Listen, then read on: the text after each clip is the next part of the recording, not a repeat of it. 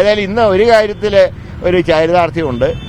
ഒരു അതിജീവിതയെ കാണാൻ മുഖ്യമന്ത്രി ഇന്ന് തയ്യാറായത് നല്ല കാര്യമാണ്. കാരണം മുമ്പ് ഒരു അതിജീവിതമാരെയും കാണുന്നൊരു ഏർപ്പാട് അദ്ദേഹത്തിന് ഉണ്ടായിരുന്നില്ല. ഇപ്പം ഇലക്ഷൻ എടുത്തപ്പോൾ അതിജീവിതമാരോട് അദ്ദേഹത്തിന് സ്നേഹം തോന്നിയതിൽ സന്തോഷം. ആ നിലപാട്, ഞങ്ങളുടെ നിലപാട് അന്ന് ഇന്നും ഒന്നാണ്. സർക്കാർ ഉചിതമായിട്ടുള്ള തീരുമാനം എടുക്കാം. ഇപ്പം ഏതായാലും അതിജീവിത മുഖ്യമന്ത്രിയെ കണ്ട് പരാതി കൊടുത്തു കഴിഞ്ഞു. ഇനി ഗവൺമെന്റിന്റെ കയ്യിലാണ്. ഇനി പന്ത് സർക്കാരിന്റെ കോർട്ടിലാണ്.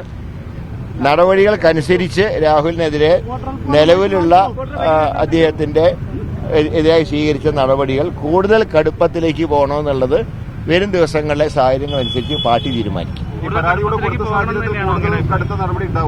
അല്ല, അത് പോലീസ് ആക്ഷൻ അനുസരിച്ച് നടപടി പാർട്ടി സ്വീകരിക്കും. അത് KPC പ്രസിഡന്റ് ഫൈനലായിട്ട് പറഞ്ഞു കഴിഞ്ഞല്ലോ.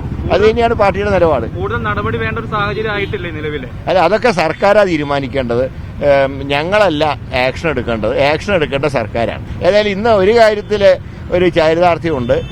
ഒരു അതിജീവിതയെ കാണാൻ മുഖ്യമന്ത്രി ഇന്ന് തയ്യാറായത് നല്ല കാര്യമാണ്. കാരണം മുമ്പ് ഒരു അതിജീവിതമാരെയും കാണുന്നൊരു ഏർപ്പാട് അദ്ദേഹത്തിന് ഉണ്ടായിരുന്നില്ല. ഇപ്പം ഇലക്ഷൻ എടുത്തപ്പോൾ അതിജീവിതമാരോട് അദ്ദേഹത്തിന് സ്നേഹം തോന്നിയതിൽ സന്തോഷം. കോൺഗ്രസ് അതിജീവിതയ്ക്കൊപ്പം തന്നെയാണ്. ഞങ്ങൾ എല്ലാ ഘട്ടത്തിലും അതിജീവിതമാരോടൊപ്പമാണ് കോൺഗ്രസ് പാർട്ടി.